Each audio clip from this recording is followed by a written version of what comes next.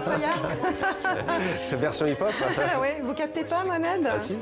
Moi, je kiffe quand j'écoute du rap comme ça. En fait, c'est un genre que je connaissais pas beaucoup et que j'ai appris à aimer ce week-end que j'ai découvert grâce à un livre qui s'appelle Au mot du bitume.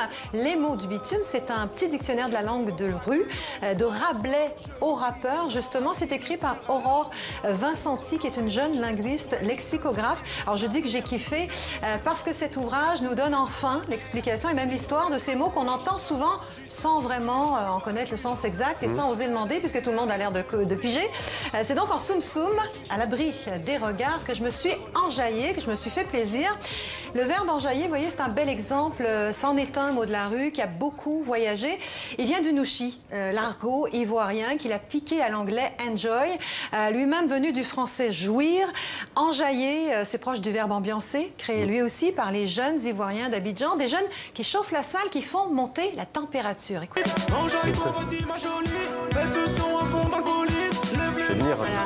Ces mots du bitume repris ici par Gradure, ils envahissent le monde du rap et ils entrent progressivement, mais presque naturellement dans la langue française. Certains sont maintenant très connus, comme chelou, louche, vénère, énervé ou meuf. Ce sont des mots du verlan.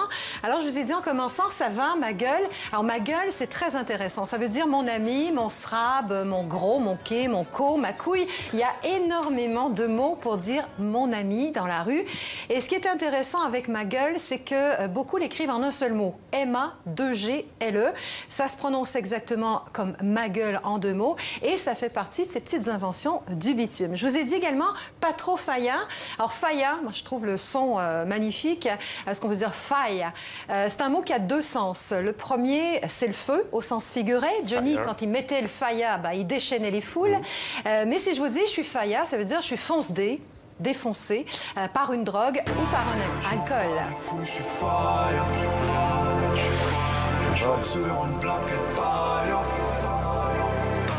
Voilà, je m'en bats les couilles, comme le chante PNL. C'est une expression très populaire en ce moment.